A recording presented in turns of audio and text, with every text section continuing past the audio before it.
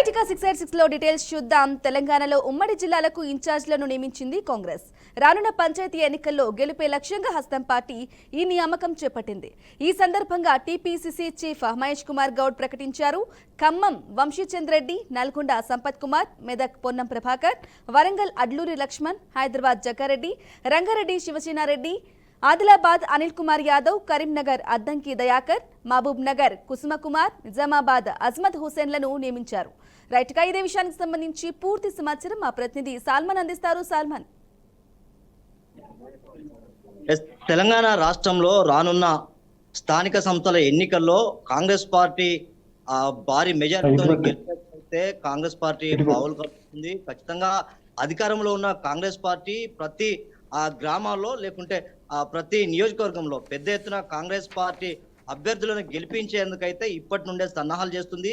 రాబోయే అంటే త్వరలో జరగబోయే ఆ యొక్క అసెంబ్లీ ఎన్నికల్లో 2029 వరకు కాంగ్రెస్ పార్టీ మళ్ళీ అధికారంలోకి రావడం పూర్తి సన్నాహాలు అయితే ఏర్పాటు చేసుకుంది. ఖచ్చితంగా కాంగ్రెస్ పార్టీ అధికారంలో ఉన్నది.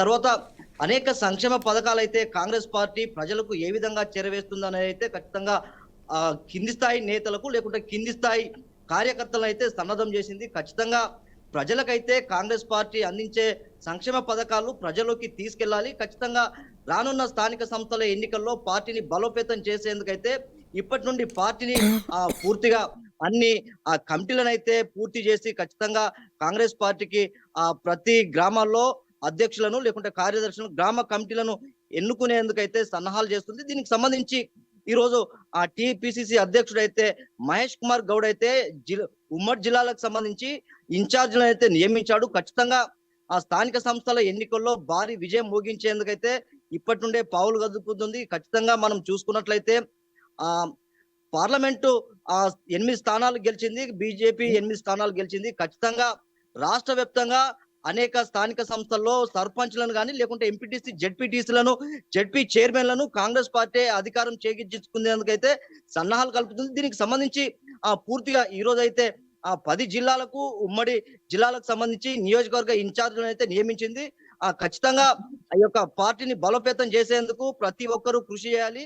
స్థానిక సంస్థల్లో భారీ విజయం అయితే మోగించాలి. ఖచ్చితంగా కాంగ్రెస్ పార్టీ అధికారంలో ఉన్నది కనుక ఖచ్చితంగా ఎవరు కాంగ్రెస్ పార్టీకి సేవ చేసినా ఎవరు పార్టీ గుర్తింపు పొందినా ఖచ్చితంగా వారిని గెలిపించేందుకైతే కాంగ్రెస్ పార్టీ కృషి చేస్తుంది. ఖచ్చితంగా రానున్న స్థానిక సంస్థల ఎన్నికల్లో మాత్రం ఖచ్చితంగా ఈసారి బీసీలకు పెద్దపీట వేసేందుకైతే కాంగ్రెస్ పార్టీ, అదే విధంగా మహిళలకు 50% రిజర్వేషన్లు కల్పించేందుకైతే ఖచ్చితంగా ఈసారి ఈ యొక్క స్థానిక సంస్థల ఎన్నికల నుండి ప్రారంభించేందుకైతే కాంగ్రెస్ పార్టీ సిద్ధంగా ఉందని చెప్పొచ్చు. ఖచ్చితంగా ఈ యొక్క సంక్షేమ పథకాలు అయితే పూర్తిగా ప్రజల్లోకి వెళ్ళి అదే విధంగా ప్రభుత్వం పార్టీ ఇద్దరు కలిసి జోడెద్దులాగా పనిచేసేందుకైతే కృషి చేయాలి. ఎందుకంటే ప్రభుత్వం మనదే, పార్టీ మనదే. ఖచ్చితంగా అందరూ కలిసి పనిచేయాలి.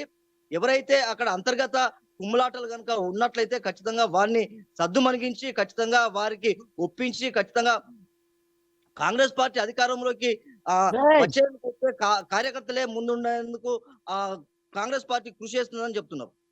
Right Salman, thank you for the updates.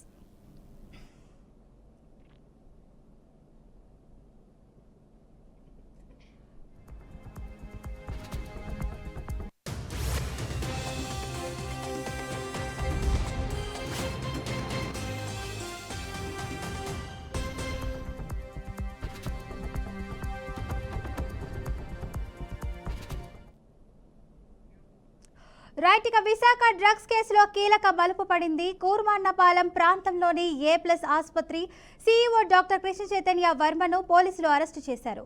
ఆయనపై డ్రగ్స్ మాఫియాలో సంబంధాలు ఉన్నట్లు అధికారులకు సమన్వయ ఆధారాలు లభించాయని తెలిపారు. పోలీసుల విచారణలో డాక్టర్ కొకైన్ కోసం 60,000 చెల్లింపులు చేసినట్లు నిర్ధారించారు. ఇప్పటి వరకు ఈ కేసులో 3 మందిని అరెస్టు చేసిన పోలీసులు మిగతా అన్యులపై దర్యాప్తు కొనసాగిస్తున్నారు. ఇక ఇదే విషయానికి సంబంధించి మరింత సమాచారాన్ని నాయుడు అయితే అందిస్తారు. నాయుడు, చెప్పండి. డ్రగ్స్ రహిత సమాజం నిర్మాణం కోసం ఇటు కేంద్ర రాష్ట్ర ప్రభుత్వాలు ఎంతలా ప్రాధాయపడినా లేదంటే ఎంత తప్పిస్తున్నప్పటికీ కూడా దీనిలో అయితే కనుక ఖచ్చితంగా వాళ్ళ డ్రగ్స్ అయితే మాత్రం ఆపే పరిస్థితి లేదు అంటూ కూడా నిరూపించారు.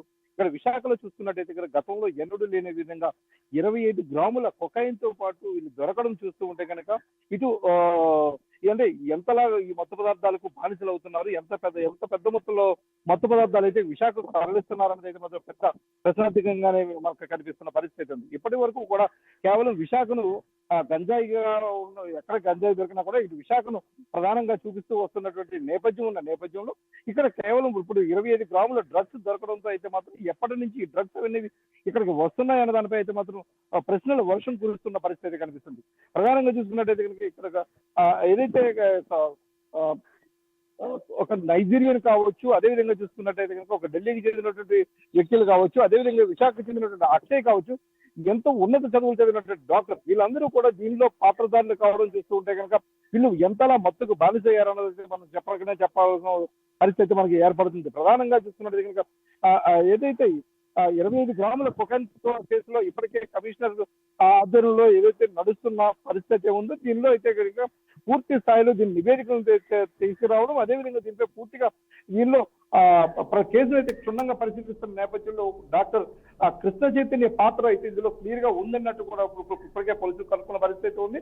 ఇక్కడ గాజువాక ప్రాంతం కూర్మనపాలెంలో ఉన్నటువంటి A+ హాస్పిటల్లో ఉన్నటువంటి హాస్పిటల్లో సీఈఓగా పనిచేస్తున్నటువంటి కమ్మెల్ల కృష్ణ చైతన్య వర్మ ఇప్పుడే ఈ కేసులో కూడా పాత్రధారిగా కూడా కనిపిస్తున్నారు. ఈయన 60,000 రూపాయలు చెల్లించినట్టుగా కూడా పూర్తి ఆధారాలు లభ్యం కావడం, అదేవిధంగా చూసినట్టు కనుక ఈ డ్రగ్స్ ను ఢిల్లీ నుంచి ఇక్కడికి రప్పించడంలో కూడా వీళ్ళ పాత్ర ఉందంటూ కూడా ఇప్పటికే పోలీసులు అయితే దీని నివేదికను కూడా తయారు చేసిన పరిస్థితి కనిపిస్తుంది. అయితే దీనిలో అయితే కనుక ఇంకా పెద్దల పాత్ర ఉంది అంటూ కూడా కొన్ని అనుమానాలు వ్యక్తం చేస్తున్న పరిస్థితి కూడా కనిపిస్తుంది. దీని వెనక ఇంకా ఎవరెవరు ఉన్నారు, ఎంతమంది ఉన్నారన్న దానిపై అయితే మాత్రం పూర్తి స్థాయిగా నివేదికలు అయితే కనుక పూర్తి స్థాయిలో చర్చ అయితే నడుస్తున్న పరిస్థితి కనిపిస్తుంది. మొదటగా చూస్తున్నది కనుక కేవలం అక్షయ్ కుమార్ ఇటు థామస్ తో పాటు వీళ్ళిద్దరిని ముందు అరెస్ట్ చేయడం జరిగింది. ఈ రోజు డాక్టర్ ను కూడా అరెస్ట్ చేయడంతో అయితే కనుక అరెస్టుల సంఖ్య 3కి చేరింది. మరొక ఇద్దరిని కూడా ఉన్నారు. ఎవరైతే ఉన్నారో మున్నాను పూర్తి స్థాయిలో ఎంక్వైరీ చేసిన నేపథ్యంలో వీరి వెనక ఇంకా ఎవరెవరు ఉన్నారు, ఎంతమంది ఉన్నారు అన్న దానిపై అయితే మాత్రం ఇంకా దీనిపై పూర్తిగా చర్చ కొనసాగుతుందంటూ కూడా పోలీసులు చెప్తున్న పాత్ర అయితే కనిపిస్తుంది. ఎంత పెద్దవాళ్ళు ఉన్నా సరే ఇలాంటి డ్రగ్స్ కేసులో మాత్రం ఎవరు ఉన్నా కూడా వదిలిపెట్టేది లేదంటూ పరిస్థితి కూడా కనిపిస్తుంది. ఎందుకంటే కేంద్ర రాష్ట్ర ప్రభుత్వాలు మాదక ద్రవ్యాల నిరోధానికి సంబంధించి ఇప్పటికీ ఎన్నో చేపడుతున్న పరిస్థితి ఉంది. ఇలాంటి నేపథ్యంలో ఇటువంటివి రావడం పట్ల చూస్తున్నట్టయితే కనుక ఇటువంటి డ్రగ్స్ ను ఏ విధంగా కూడా చెప్తున్నారు, పూర్తి స్థాయిలో దీనిపై ఎంక్వైరీ చేస్తున్న పరిస్థితి కూడా కనిపిస్తుంది. రానున్న రోజుల్లో మరిన్ని అరెస్టులు ఉంటాయని చెప్తున్న పరిస్థితి కూడా మనకి కనిపిస్తుంది. అయితే ఈ అరెస్టులకు సంబంధించి అయితే మాత్రం పూర్తి స్థాయిలో నివేదికలన్నీ కూడా మొత్తం ఎంక్వైరీ అయిన తర్వాత బయటపడతామంటూ కూడా పోలీసులు చెప్తున్న పరిస్థితి అయితే ఉంది. దీనిలో అయితే కొంతమంది పెద్దల హస్తం ఉందంటూ కూడా ఇప్పటికే పుకార్లు షికారులు చేస్తున్న నేపథ్యంలో వాటిపై కూడా పూర్తిగా కూడా ఎంక్వైరీ చేస్తామంటూ కూడా చెప్తున్నారు. ఇందులో ఎంత పెద్దవాళ్ళు ఉన్నా కూడా, ఎంత రాజకీయ నాయకులకు పలుకుబడి ఉన్నా కూడా ఎవరిని కూడా విడిచిపెట్టేది లేదు అంటూ కూడా పోలీసులు చెప్తున్న పరిస్థితి మనకి కనిపిస్తుంది. అదేవిధంగా చూస్తున్నట్టయితే కనుక ఈ డ్రగ్స్ కు సంబంధించి అక్షయ్ కుమార్ కు హైదరాబాద్ తో కూడా లింకులు ఉన్నాయంటూ కూడా ఎంక్వైరీలో తెలిసిన పరిస్థితి ఉంది. గతంలో హైదరాబాద్ కు సంబంధించి గతంలో ఉన్నటువంటి ఏదైతే డ్రగ్స్ కేసు ఉందో ఆ డ్రగ్స్ లో కూడా అక్షయ్ కుమార్ పాత్ర ఎంత పాత్ర ఉంది అంటే కూడా దీనిపై కూడా పూర్తిగా కూడా ఎంక్వైరీ చేస్తున్న పరిస్థితి ఉంది. అయితే ఈ హైదరాబాద్ డ్రగ్స్ కేసు కావచ్చు, అది ఢిల్లీ నుంచి కావచ్చు, ఇటు విశాఖ సంబంధించి మొత్తం ఓవరాల్ గా చూస్తున్నట్టయితే కనుక ఈ కేసులో ప్రధాన పాత్రదారులు సూత్రధారులు ఇంకెవరైనా ఉన్నారో, ఇంకా దీనికి సంబంధించి ఇంకెవరైనా రాజకీయ నాయకులు దీనిలో ఎవరైనా పాత్ర ఉందన్న దానిపై అయితే మొత్తం పూర్తి స్థాయి ఎంక్వైరీ కొనసాగుతున్న పరిస్థితి కనిపిస్తుంది. ఇప్పటికే ఈ అక్షయ్ కుమార్ కు సంబంధించి అక్షయ్ కుమార్ ని కొన్ని ప్రశ్నల వర్షం కురిపించిన నేపథ్యంలో కృష్ణ చైతన్య పేరు ప్రముఖంగా కూడా వచ్చింది. ఈ నేపథ్యంలోనే కృష్ణ చైతన్య కూడా అరెస్ట్ చేసిన పరిస్థితి. అయితే ఇప్పటికే ఈయన సంపూర్చిన డబ్బుతో పాటు ఈయన గతంలో కూడా ఏమైనా డ్రగ్స్ ఏమైనా సేవించారా, డ్రగ్స్ అలవాటు ఏమైనా ఉన్నా అన్న దానిపై మాత్రం వైద్య పరీక్షలు నిర్వహిస్తున్నారు. వైద్య పరీక్షలో దీనిలో పాజిటివ్ గా కూడా వచ్చినట్టుగా కూడా మనకి సమాచారం ఉన్న నేపథ్యం కనిపిస్తుంది. అంటే గతంలో కూడా ఈయన డ్రగ్స్ కు బానిస అయ్యాడంటూ కూడా తెలుస్తుంది. అయితే ఇటువంటి డ్రగ్స్ ఇదే మొదటిసారా, లేకుంటే గతంలో కూడా ఏమైనా వచ్చాయా, ఇంతకుముందు ఎన్నిసార్లు ఇక్కడికి వచ్చాయన్న దానిపై అయితే మాత్రం పూర్తిగా కూడా ఎంక్వైరీ చేస్తున్న పరిస్థితి ఉంది. అక్షయ్ కుమార్ కి సంబంధించి ఇటు మొబైల్ ఫోన్ మొత్తం డేటా కూడా ఆయన తీసుకున్న పరిస్థితి. ఆయనతో పాటు కాంటాక్ట్స్ లో ఎవరెవరు ఉన్నారు, వీరికి ఎవరెవరితో సంబంధాలు ఉన్నాయి, వీరికి డబ్బును ఎవరు సమకూరుస్తున్నారు అన్న దానిపై అయితే మాత్రం పూర్తి స్థాయి విచారణ కొనసాగుతున్న నేపథ్యంలో ఈ అరెస్టుల పర్వం అయితే కొనసాగే అవకాశం ఉందని, అయితే ఇందులో మరికొంతమంది అరెస్ట్ అయితే అయ్యే అవకాశం ఉందంటూ కూడా ఇప్పటికే పోలీసులు చెప్తున్న పరిస్థితి కనిపిస్తుంది మనకి. Thank you Naidu. సంగారెడ్డి జిల్లా పాషా మైలారంలోని సిగాచి పరిశ్రమలో జరిగిన దుర్ఘటనలో ఆచూకీ లభించని కార్మికులు ఏమయ్యారో తెలియని పరిస్థితి ఏర్పడింది. రెస్క్యూ బృందాలు కర్మాగారంలో భవనాల శిథిలాల తొలగింపు వేగవంతం చేసినా ఫలితం దక్కడం లేదు. దీంతో మంగళవారం పాషా మైలారం సిగాచి పరిశ్రమకు నేషనల్ డిజాస్టర్ మేనేజ్మెంట్ అథారిటీ బృందం రానుంది. ఘటనా స్థలాన్ని ఎన్డీఎంఏ బృందం పరిశీలించనుంది. పరిశ్రమలో పేలుడుకు గల కారణాలపై ఎస్డీఎంఏతో కలిసి అధ్యయనం చేయనుంది. ప్రమాదానికి గల కారణాలపై కేంద్ర రాష్ట్ర ప్రభుత్వాలకు నివేదిక ఇవ్వనుంది. ఇలాంటి ఘటనలు పునరావృతం కాకుండా ఎలాంటి చర్యలు తీసుకోవాలో సూచనలు చేయనుంది. ఇక దీనిపై మరింత సమాచారాన్ని మా ప్రతినిధి శ్రీనివాస్ అందిస్తారు. శ్రీనివాస్, తెలంగాణలోని సంగారెడ్డి జిల్లాకు సంబంధించినటువంటి ఇండస్ట్రీ కారిడార్లోని ఘోర ప్రమాదం జరిగింది. దీనికి సంబంధించినటువంటి మృతులు ఇంకా మిగతా సంబంధించినటువంటి మృతుల సంఖ్య తేలకపోవడంతో పెద్ద ఎత్తున కుటుంబ సభ్యులు ఆవేదన వ్యక్తం చేస్తున్నటువంటి పరిస్థితి. ఈ పరిస్థితిని సమీక్షించేందుకు ఎన్డీఎంఏ సంబంధించినటువంటి సంస్థ కూడా రేపు ఉదయం అక్కడికి చేరుకోనుంది. దీనికి సంబంధించి ఇప్పటికే మృతదేహాలు వెలికి తీసిన క్రమంలోని ఈ ఇండస్ట్రీలో జరిగినటువంటి సంబంధించినటువంటి ఘటన ఏ విధంగా జరిగింది, దీనికి సంబంధించినటువంటి ప్రధాన సంబంధించిన అంశాలు ఏమిటి, దీనికి ఇన్సిడెంట్ జరిగే ముందు ఉన్నటువంటి కార్మికులు ఎవరు, అక్కడ ఉన్నటువంటి ఆ షిఫ్ట్ లో ఉన్నటువంటి కార్మికులు ఎవరెవరు ఉన్నారు, వాళ్ళకి సంబంధించిన మృతదేహాలు వెలికి తీసిన క్రమంలో కూడా మిగతా మృతదేహాలు ఎక్కడున్నాయి, ఈ సంబంధించిన శకటాల మధ్యన ఉన్నటువంటి మృతదేహాలను వెలికి తీయడానికి పెద్ద ఎత్తున ప్రయత్నం చేసిన తెలంగాణ ప్రభుత్వం అక్కడ ఉన్నటువంటి పూర్తి శకటాలను కూడా తొలగించడం జరిగింది. డిస్మెంటల్ చేసిన క్రమంలో కూడా మృతదేహాలు ఇంకా వెలికి రాలేదు. దీనికి సంబంధించినటువంటి విషయాలు ఏ విధంగా ఉన్నాయి అనేది కూడా పూర్తిగాను రాష్ట్ర ప్రభుత్వానికి నివేదిక సమర్పించనుంది. ఎన్డీఎంఏ సంబంధించినటువంటి సంస్థ రేపు ఉదయం అక్కడ ఇండస్ట్రీ కారిడార్ లో ఉన్నటువంటి ఆ కంపెనీ దగ్గరికి చేరుకొని పూర్తి స్థాయిలోని ఎక్కడైతే కార్మికులు ఉన్నారో అక్కడ పనిచేస్తూ మృతి చెందినటువంటి కార్మికులకు సంబంధించినటువంటి విషయాలని పూర్తిగా సమీక్షిస్తారు. ఆ సమీక్షించిన తర్వాతనే పూర్తిగా డెడ్ బాడీస్ ను ఎవరెవరికి ఇచ్చారు, ఎవరైతే మిగతా డెడ్ బాడీస్ ఉన్నాయో అవి ఎక్కడ ఉన్నాయో అనేది కూడా పూర్తిగా ఒక ఎన్డీఎంఏ ఒక నివేదిక ఇవ్వనుంది తెలంగాణ రాష్ట్ర ప్రభుత్వానికి. ఈ ప్రభుత్వానికి నివేదిక ఇచ్చిన తర్వాత ఆ కుటుంబ సభ్యులను కూడా పరామర్శిస్తుంది. ప్రధానంగా ఈ ఇన్సిడెంట్ జరిగే ముందు అక్కడ జరగాల్సినటువంటి ప్రికాషన్స్ ఏం తీసుకున్నారు, దానికి సంబంధించిన విషయాలు ఏందో పరిగణన తీసుకుంటారు.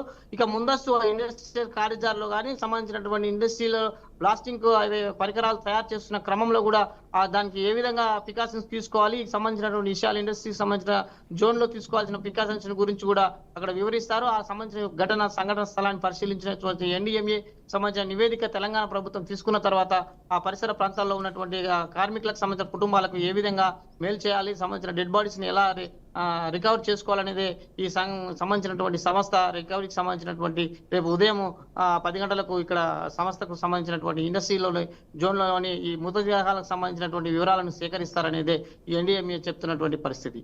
ఇది తెలంగాణలో జరిగినటువంటి ఇండస్ట్రీ కారిడార్ లో జరిగినటువంటి ఇండస్ట్రీలో జరిగిన ప్రమాదానికి సంబంధించి నేషనల్ డిఫెన్స్ కావచ్చు, నేషనల్ డిఎన్ఎంఏ సంబంధించినటువంటి సంస్థలు పూర్తిగాను అక్కడ చేరుకుంటాయి. దీనికి సంబంధించినటువంటి మృతదేహాలు గతంలో కొన్ని మృతదేహాలు కుటుంబ సభ్యులకు ఇచ్చారు, దానికి సంబంధించిన ఎక్స్గ్రేషియా అదొక భాగం కాగా మిగతా మృతదేహాలు ఎక్కడైతే ఈ శకటాల మధ్యన ఇరుక్కుపోయాయో దానికి సంబంధించినటువంటి టోటల్ గా ఉన్నటువంటి అక్కడ అందరిలో ఉన్నటువంటి అన్నింటిని వెలికి తీసిన క్రమంలో కూడా మిగతా మృతదేహాల ఆజూకి మాత్రం లభ్యం కాకపోవడం, కుటుంబ సభ్యులు ఆందోళన వ్యక్తం అవుతున్నటువంటి పరిస్థితి. అక్కడే ఉన్నటువంటి ఇండస్ట్రీకి సంబంధించినటువంటి మేనేజ్మెంట్ కూడా అక్కడ ఉన్నటువంటి డేటాను సేకరించిన క్రమంలో వారు ఎక్కడికి వెళ్ళారు, దానికి సంబంధించినటువంటి డ్యూటీలో ఉన్న వారి యొక్క డేటాకు సంబంధించినటువంటి విషయాలను కానీ అక్కడ ఇంకా ఆ లోతైన ఏదైనా గృహాలు లాంటివి ఉన్నాయా, లేకపోతే శకటాల మధ్యలో ఇంకా ఇరుక్కుపోయారనేది ఒక సంఘటన ఉన్నది. దీనికి సంబంధించి మాత్రం ఎన్డీఎంఏ సంబంధించినటువంటి పూర్తిగా సమాచారం సేకరించిన తర్వాతనే ఒక ప్రభుత్వానికి నివేదిక ఇస్తుందనేది కూడా చెప్తున్నటువంటి పరిస్థితి. ఇది తెలంగాణలో జరిగినటువంటి ఇండస్ట్రీలో జరిగినటువంటి భారీ దుర్ఘటనకు సంబంధించినటువంటి తాజా సమాచారం. Right, thank you Srinivas. Right, ఇక మిగిలిన అప్డేట్స్ చూద్దాం. నెల్లూరు జిల్లాలో మంత్రి నారా లోకేష్ పర్యటన సందర్భంగా జరిగిన విఆర్ హై స్కూల్ ప్రారంభోత్సవం బహిరంగ సభలో వివాదాస్పద వ్యాఖ్యలు చర్చనీయాంశంగా మారాయి. ఈ సభలో దేవాదాయ శాఖ మంత్రి ఆనం రామనారాయణ రెడ్డి, మున్సిపల్ శాఖ మంత్రి పొంగూరు నారాయణపై విమర్శలు గుప్పించారు. విఆర్ హై స్కూల్ పేరును మార్చడంపై ఆనం అభ్యంతరం వ్యక్తం చేశారు. విఆర్ విద్యా సంస్థలు మా కుటుంబ పర్యవేక్షణలో ఉన్నాయన్నారు. స్కూల్ అభివృద్ధికి మున్సిపల్ మంత్రి సహకరిస్తే అది కార్పొరేషన్ స్కూలు అవుతుందా అంటూ సూటిగా ప్రశ్నించారు. మున్సిపల్ కార్పొరేషన్ అనే పదాన్ని తొలగించాలని, ఈ పాఠశాల కార్పొరేట్ విద్యా సంస్థగా మారితే సమస్యలు తలెత్తుతాయని వ్యాఖ్యానించారు. ఇక గతంలో వైసీపీ ప్రభుత్వం తనను మేనేజింగ్ కమిటీ అధ్యక్ష పదవి నుంచి కక్షతో తొలగించిందని ఆనం ఆరోపించారు. పొంగూరు నారాయణ ప్రభుత్వ బడులను దత్తత తీసుకోవాలని అన్నారు. ఆయన విద్యా సంస్థల ద్వారా ఎదిగారు, కానీ మా కుటుంబం పుట్టుకతోనే రాజకీయాల్లో ఉందని ఘాటుగా స్పందించారు. ఈ ప్రారంభోత్సవంలో ఆనం చేసిన వ్యాఖ్యలపై మంత్రి నారాయణ స్పందించలేదు. రైట్గా ఇదే విషయానికి సంబంధించి పూర్తి సమాచారం మా ప్రతినిధి విద్యాసాగర్ అందిస్తారు. సాగర్,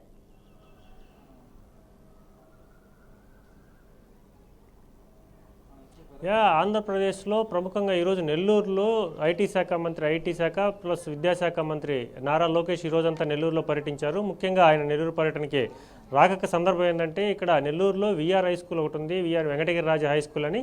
ఈ వెంకటగిరి రాజా హై స్కూల్ సుమారుగా 1.5 శతాబ్దం అంటే సుమారుగా 1858 నుంచి ప్రారంభమైన ఈ స్కూలు మొత్తం కూడా గతంలో మొత్తం పాడుపడిపోయి దీన్ని క్లోజ్ చేస్తున్నారు. గత ప్రభుత్వంలో దీన్ని ప్రిస్టేజ్గా తీసుకుని ఎన్నికల ముందు మంత్రి నారాయణ ఒక హామీ ఇచ్చారు. తాను అధికారంలోకి వస్తే ఈ విఆర్ స్కూల్ని తిరిగి పునఃప్రారంభిస్తానని, బాగు చేస్తానని, ఇది పేద విద్యార్థులకి కార్పొరేట్ సౌకర్యాలతో విద్యను అందిస్తానని చెప్పి ప్రజలకు హామీ ఇచ్చారు. దీనిలో భాగంగానే ఈ స్కూల్ ఈ రోజు మొత్తం కూడా గతంలో చాలా రోజులుగా ఈ స్కూల్ మొత్తాన్ని కూడా రెనోవేషన్ చేసి తన కూతురు హరిణి ఏదైతే షరిణి సారథ్యంలో మొత్తం కూడా ఆమెను మేనేజింగ్ డైరెక్టర్గా చేస్తూ ఈ స్కూల్ని మొత్తం కూడా రెనోవేషన్ చేసి అడ్మిషన్స్ కూడా స్టార్ట్ చేసి మొత్తం అడ్మిషన్ పూర్తి చేశారు.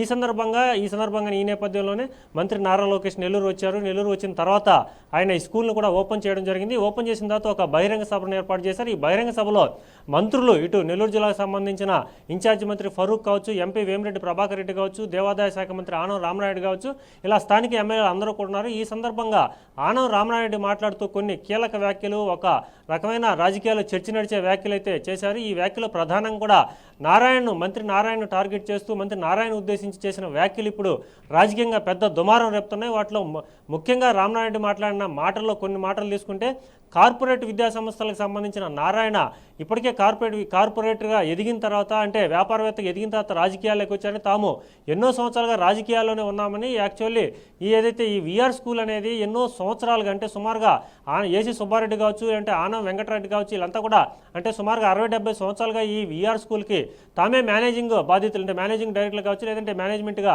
తామే ఉన్నామని, కానీ గత ప్రభుత్వం వైసీపీ ప్రభుత్వం అధికారంలోకి వచ్చిన తర్వాత తాను పార్టీ మారిన ఉద్దేశంతోనే కక్ష కట్టుకుని ఈ ఆనం కుటుంబానికి ఈ విఆర్ కాలేజీలో పూర్తిగా కూడా వాళ్ళ పేర్లు తొలగిస్తూ నిర్ణయం తీసుకుందంటే కొంతకాలం క్రితం వరకు తామే మొత్తం కూడా ఈ మేనేజ్మెంట్ చూసామని, కానీ ఇప్పుడు మొత్తం రెనోవేషన్ జరిగిన తర్వాత ఈ విఆర్ స్కూల్ని పేరు మారుస్తూ VR municipal corporation high school అని చెప్పి ఒక బోర్డు పెట్టారని, అంటే విఆర్ స్కూల్ని తాము అధికారంలో ఉన్నప్పుడు ఎప్పుడు కూడా దాన్ని పేరు మార్చాలని చెప్పి తాము అనుకోలేదని, వెంకటగిరి రాజావారు 50,000 ఇస్తే తమ పేరు పెట్టాలని చెప్పి అప్పట్లో సూచించారు. కానీ వాళ్ళు 50,000 ఈకపోయినా కూడా ఆ పేరును తాము తొలగించలేదని, కానీ ప్రస్తుతం నారాయణ ఈ రెనోవేషన్ జరిగిన తర్వాత దానికి ఏదైతే వెంకటగిరి రాజా మున్సిపల్ కార్పొరేషన్ స్కూల్ అని చెప్పి చెప్పాను, కానీ మున్సిపల్ కార్పొరేషన్ నిధులు ఏమాత్రం ₹1 కూడా ఈ స్కూల్కి చెందలేదని, మొత్తం కూడా ఈ స్కూల్ అభివృద్ధిలో సిఎస్ఆర్ ఫండ్స్ కావచ్చు, లేదంటే పెద్ద పెద్ద కాంట్రాక్టర్లు కావచ్చు, బ్యాంకులు కావచ్చు, అన్ని కలిపి ఈ స్కూల్ అభివృద్ధిలో భాగమయ్యారని, కానీ ఏదైతే నారాయణ ఈ స్కూల్లో ఎక్కడ డబ్బులు వెచ్చించారో తనకు తెలియదని చెప్పి ఒక ఘాటు వ్యాఖ్యలు చేశారు. ఇదే సమయంలో కూడా నెక్కచ్చిగా మాట్లాడడం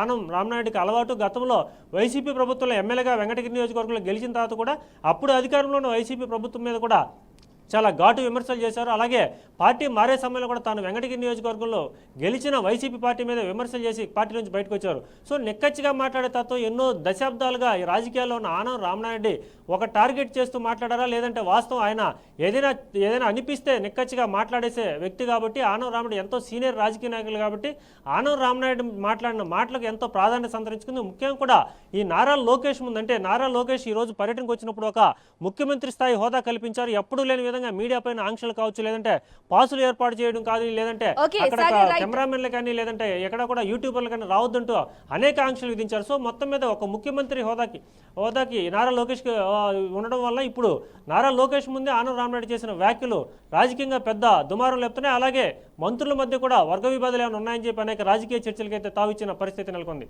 right Sagar, thank you for the updates.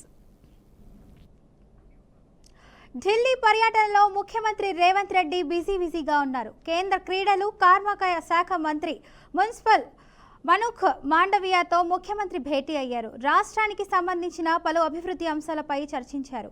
తెలంగాణలో క్రీడా యూనివర్సిటీ ఖేలో ఇండియాపై చర్చించినట్లు సమాచారం.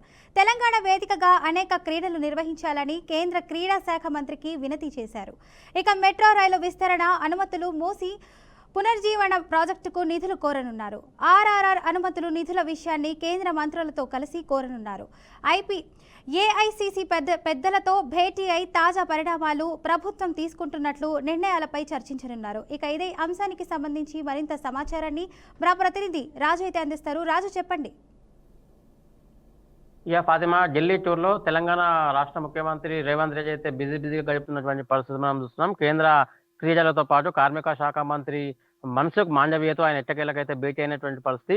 రాష్ట్ర అభివృద్ధికి కాంక్షించడమే కాకుండా రాష్ట్రంలో జరుగుతున్నటువంటి తాజా రాజకీయ పరిణామాలను ఉద్దేశించి ఆయన కొంత చర్చకు తీసుకొచ్చినటువంటి పరిస్థితి మనం చూస్తున్నాం. రాష్ట్రానికి సంబంధించినటువంటి అభివృద్ధితో పాటు పలు అంశాలపై కూడా ఆయన సుదీర్ఘంగా ఆయనతో చర్చించినటువంటి పరిస్థితి మనం చూస్తున్నాం. తెలంగాణలోని క్రీడలను పెంపొందించేందుకు కావచ్చు, పలు రకాల క్రీడలను తెలంగాణ రాష్ట్రంలో ఏర్పాటు చేసేందుకు కూడా ఆయన ఒక విజ్ఞప్తులు సమర్పించే అవకాశం స్పష్టంగా కనిపిస్తుంది. తెలంగాణకు క్రీడలకు అత్యంత వేదిక కాబట్టి తెలంగాణలో ఆ క్రీడలను ఏర్పాటు చేసేందుకు కేంద్రం సముఖంగా ఉండాలంటూ కూడా పూర్తి స్థాయిలో పార్టీ తరఫున కావచ్చు, ఇటు పార్టీ పెద్దల తరఫున కూడా కొంత సముచిత స్థానం కల్పించాలని కూడా ఆయన విజ్ఞప్తులు చేసినటువంటి పరిస్థితి మనం చూస్తున్నాం. అది హైదరాబాద్ కు సంబంధించి మెట్రో విస్తరణతో పాటు అనుమతులతో పాటు నిధుల సమీకరణకు సంబంధించి పూర్తి స్థాయిలో మూసి పునరుజ్జీవన ప్రాజెక్టుకు సంబంధించి కూడా అనుమతులు కావచ్చు, నిధులకు సంబంధించినటువంటి మరికొన్ని ఇతరత్ర అంశాలపై కూడా ఆయన సుదీర్ఘంగా చర్చించేటువంటి అవకాశాలు స్పష్టంగా కనిపిస్తున్నాయి.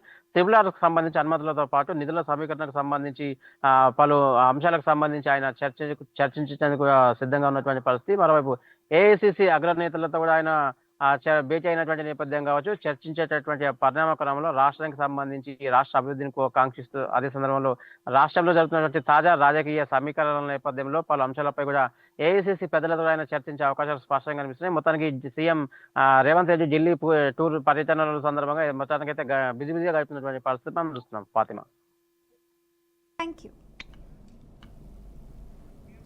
వైఎస్ఆర్ కాంగ్రెస్ పార్టీ అధినేత మాజీ ముఖ్యమంత్రి వైఎస్ జగన్మోహన్ రెడ్డి మరోసారి తన సొంత జిల్లా కడప జిల్లాలో పర్యటించబోతున్నారు. నేటి నుంచి 2 రోజుల కడప జిల్లాలో మాజీ సీఎం వైఎస్ జగన్ పర్యటన కొనసాగనుంది. రేపు దివంగత నేత మాజీ ముఖ్యమంత్రి వైఎస్ రాజశేఖర్ రెడ్డి జయంతి సందర్భంగా ఇడుపుల పాయలోని వైఎస్ఆర్ ఘాట్ వద్ద నివాళులు అర్పించనున్నారు. జగన్ ఇక 2 రోజుల పర్యటన కోసం ఈ సాయంత్రం పులివెందులకు చేరుకుంటారు. రేపు వైఎస్ ఘాట్ వద్ద రాజశేఖర్ రెడ్డికి నివాళులు అర్పిస్తారు. జగన్ అనంతరం ప్రజలను కలుస్తారు. ఇక దీనిపై మరింత సమాచారాన్ని మా ప్రతినిధి భార్గవ్ అందిస్తారు. భార్గవ్, ఏదైతే మాజీ ముఖ్యమంత్రి వైఎస్ జగన్మోహన్ రెడ్డి పర్యటన రేపు 2 రోజులుగా అటు కడప జిల్లా వ్యాప్తంగా కూడా జరుగుతుంది. అయితే ఈ నేపథ్యంలో ముఖ్యంగా మనం చూసుకున్నట్లయితే జరిగిన కొన్ని నెలల పరిణామాల ప్రకారంగా ఏదైతే జగన్ పర్యటనలో మొన్న ఏదైతే అపశృతి జరిగిందో అక్కడ ఒక వ్యక్తి చనిపోవడం జరిగింది. ఆ నేపథ్యంలో అతనికి సంబంధించిన సెక్యూరిటీ కావచ్చు, లేదా భారీగా తరలి వస్తున్న ఆయన అభిమానులకు సంబంధించి వాటిని కట్టడి చేయడం విషయంలో కావచ్చు, పోలీసులు చాలా వరకు కూడా విఫలమయ్యారని చెప్పి అటు వైసీపీ వర్గాలు చాలా వరకు కామెంట్ చేశారు. అయితే దీనికి అనుగుణంగా అక్కడ లేదు, ఖచ్చితంగా అన్ని రకాల జాగ్రత్తలు తీసుకున్నాం, కానీ అది కేవలం వారి అజాగ్రత్తలో జరిగిందంటే టీడీపీ కూడా సమాధానం ఇచ్చింది. అయితే ఈ నేపథ్యంలో ముఖ్యంగా మనం చూసుకున్నట్టయితే రేపు దివంగత నేత వైఎస్ రాజశేఖర రెడ్డి గారి వర్ధంతి సందర్భంగా అటు వైసీపీ శ్రేణులు మొత్తం కార్యకర్తలు భారీ ఎత్తున కూడా తరలి వచ్చే అవకాశం ఎక్కువగా ఉంది. అంతేకాకుండా జగన్ అభిమానులు కూడా చాలా వరకు భారీ ఎత్తున వచ్చే అవకాశం కూడా ఉంది. అంతేకాకుండా అటు ఇంకోవైపు మరోవైపు ఏపీపీసీసీ అధ్యక్షురాలు వైశ్యంలో కూడా వచ్చే అవకాశం ఎక్కువగా ఉంది. ఆమె అభిమానులు కూడా భారీగా వచ్చే అవకాశం ఎక్కువగా ఉంది. అయితే ముఖ్యంగా రేపటి నుంచి ఎల్లుండి వరకు జరగబోయే కడప జిల్లా వ్యాప్తంగా జరగబోయే వైఎస్ జగన్ పర్యటనకు సంబంధించి అన్ని రకాల జాగ్రత్తలు అయితే ఇప్పటికే తీసుకున్నామని చెప్పి కూడా అటు పోలీస్ శాఖ చెప్పింది. అయితే ముఖ్యంగా రేపు వైఎస్ రాజశేఖర రెడ్డి గారి వర్ధంతి సందర్భంగా ఇడుగులపై వెళ్లి అక్కడ వైఎస్ జగన్మోహన్ రెడ్డి గారు పొద్దున్నే ఆయనకు నివాళులు అర్పించున్నారు. అంతేకాకుండా ఆ తర్వాత తన కుటుంబ సభ్యులంతా కూడా వచ్చి ఆయనకు నివాళులు అర్పించిన నేపథ్యంలో ముఖ్యంగా అక్కడ ఇడుపులపై నుంచి పూర్తి స్థాయిలో అన్ని రకాల జాగ్రత్తలన్నీ కూడా పోలీసులకు అయితే తీసుకుందని ఇప్పటికే చెప్పిన పరిస్థితి కనబడ్డది. Thank you Bhargav.